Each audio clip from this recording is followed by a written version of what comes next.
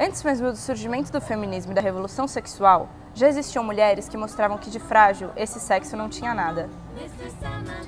Influenciadas pela cultura de massa, as mulheres descobriram que podiam sim mostrar seus corpos de uma maneira sensual e passar uma imagem diferente da de dona de casa que tinham até então.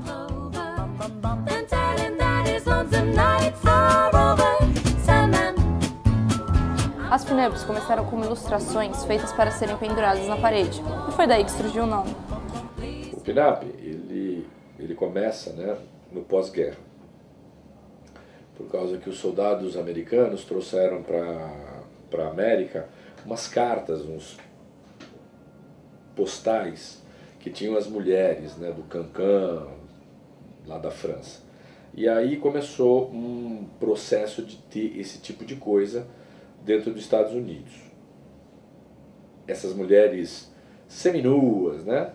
E aí começou a aparecer um estereótipo da mulher, né, pin-up, com uma cinturinha fina, né?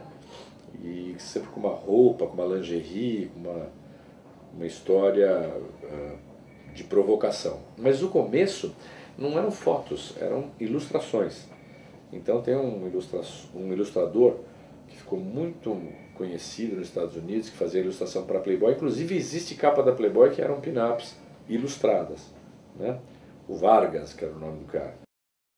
O primeiro calendário com garotas pin-up foi publicado pela revista Esquire nos anos 40.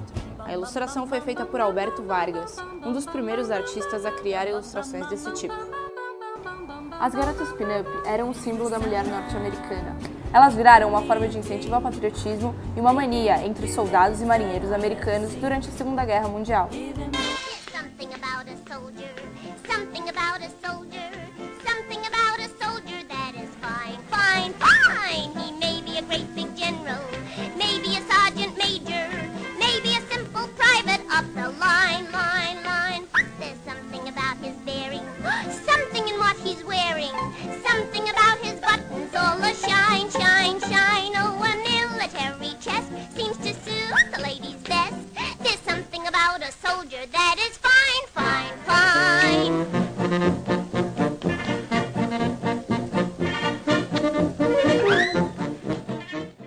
Com o final da guerra e o surgimento do American Way of Life, essas ilustrações viraram mulheres de carne e osso que invadiram o cinema e outras manifestações artísticas.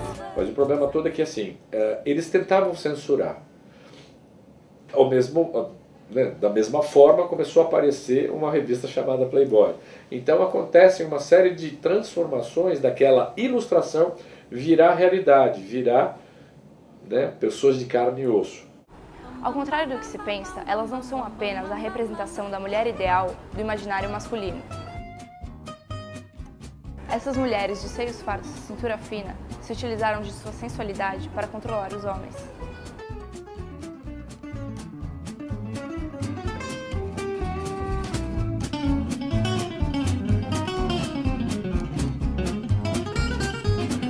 Durante os anos 50, houveram muitas mulheres importantes consideradas pin-ups. Entre elas estão as atrizes Marilyn Monroe, Brigitte Bardot, Sophia Loren, Beth Grable, Jane Carmen, Linda Darnwell e Rita Hayworth.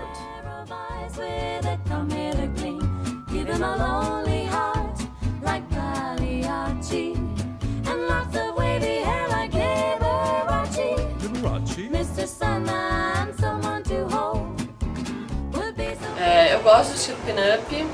Eu não tento ser uma pin-up. Eu conheço pessoas dessa ceninha aqui da moda que falam, eu sou uma pin-up. Eu não sou uma pin-up, eu sou uma mulher, uma pessoa normal.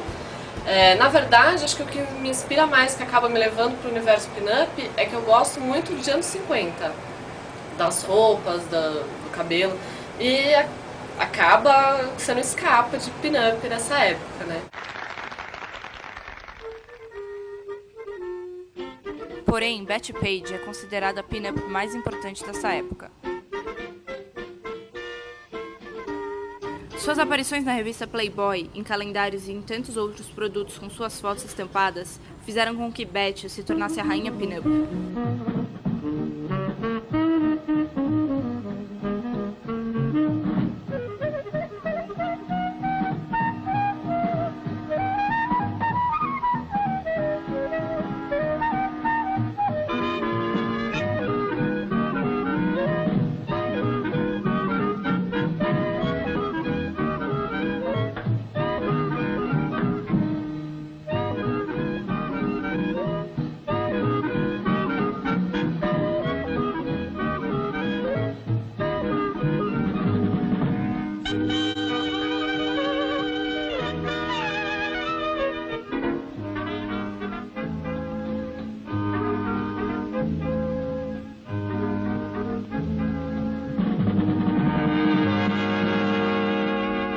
gente sofria o preconceito, é óbvio que sofria porque ela vivia numa época que era muito mais preconceituosa que hoje. Hoje está na moda ser pin-up, né? A Dita Von Teese está na moda, entendeu? A Lady Gaga está na moda. Então, quer dizer, vocês já viram a Christina Aguilera andando de cancan, está na moda. Então, todo isso está na moda, todo mundo usa e hoje é mais permitido do que era antes. É óbvio, você está vivendo numa época de censura. Se você vai ver a Louise Brooks há muito tempo atrás, no começo da década de 1920, que ela fez a Caixa de Pandora, ela foi considerada uma atriz pornô. Durante a década de 1960, as pin-ups foram incorporadas ao mundo da pop art. Foi nessa época que Andy Warhol imortalizou a atriz Marilyn Monroe em suas obras. Outros artistas como Roy Lichtenstein e Mel Ramos também se utilizaram da figura pin-up em várias de suas obras. No Brasil, tivemos o ilustrador José Luiz Benício, que retratou muitas mulheres, incluindo algumas atrizes como Sônia Braga, Leila Diniz, Marlene Silva, Renata Sorrah e Vera Fischer. A partir dos anos 70, as pin-ups começaram a perder força, e logo começou a ditadura do corpo magro, que perdura até hoje. O que aconteceu, né? Até hoje, isso é utilizado pelas pessoas, e muitas mulheres utilizam esse subterfúgio, que é uma coisa escondida, mas na intimidade acaba sendo utilizada.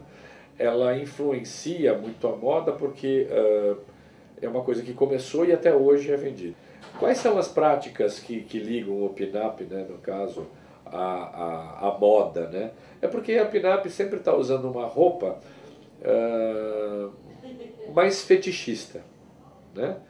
Então, se está ali uma lingerie, uma moda praia mais provocante, uma roupa de baixo mais interessante, uma transparência, enfim. E aí o que acontece? Isso daí é a parte que a moda entra e utiliza, né, dentro desse discurso corporal, utiliza muito do fetiche para trabalhar com a roupa. E isso vem vindo, né, década de 1960, 1970, 1980, 1990 até hoje. Eu acho que